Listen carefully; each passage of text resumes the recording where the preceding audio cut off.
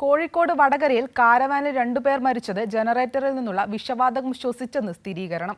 മരണകാരണം carbon monoxide ശ്വസിച്ചെന്ന് postmortem പ്രാഥമിക report. Generator വാഹനത്തിന് പുറത്തുവെക്കാതെ പ്രവർത്തിപ്പിച്ചതാണ് അപകട കാരണം. കൂടുതൽ വിവരങ്ങളുമായി ജോഷില ചേരുന്നുണ്ട്. ജോഷില, ഇപ്പോൾ പോസ്റ്റ്മോർട്ടം പ്രാഥമിക റിപ്പോർട്ട് പുറത്തു വന്നിരിക്കുകയാണ്. എന്തൊക്കെയാണ് കൂടുതൽ വിവരങ്ങൾ? വടകരയിൽ കാരവാനിൽ 2 പേർ മരിച്ചതുമായി ബന്ധപ്പെട്ട് പോസ്റ്റ്മോർട്ടത്തിന്റെ പ്രാഥമിക റിപ്പോർട്ട് മാത്രമാണ് പുറത്തു വന്നിട്ടുള്ളത്. അതും ഡോക്ടർമാർ പോലീസിന് നൽകിയ വാമൊഴി റിപ്പോർട്ട് മാത്രമാണ്. ലാബ് റിപ്പോർട്ട് ഇതുവരെ വന്നിട്ടില്ല. എന്നാൽ പോലും ആ പ്രാഥമിക നിഗമനം എന്ന് പറയുന്നത് ജനറേറ്ററിൽ നിന്നുള്ള വിഷവാതകം ശ്വസിച്ചാണെന്നാണ് സ്ഥിരീകരിച്ചിരിക്കുന്നത്. മരണകാരണം കാർബൺ മോണോക്സൈഡ് ശ്വസിച്ചിട്ടെന്നാണ് പ്രാഥമിക റിപ്പോർട്ട് വന്നിരിക്കുന്നത്. ജനറേറ്റർ വാഹനത്തിന് പുറത്തുവെക്കാതെ പ്രവർത്തിപ്പിച്ചത് അപകടത്തിന് കാരണമായിട്ടുണ്ടെന്നും റിപ്പോർട്ടിൽ പറഞ്ഞിട്ടുണ്ട്.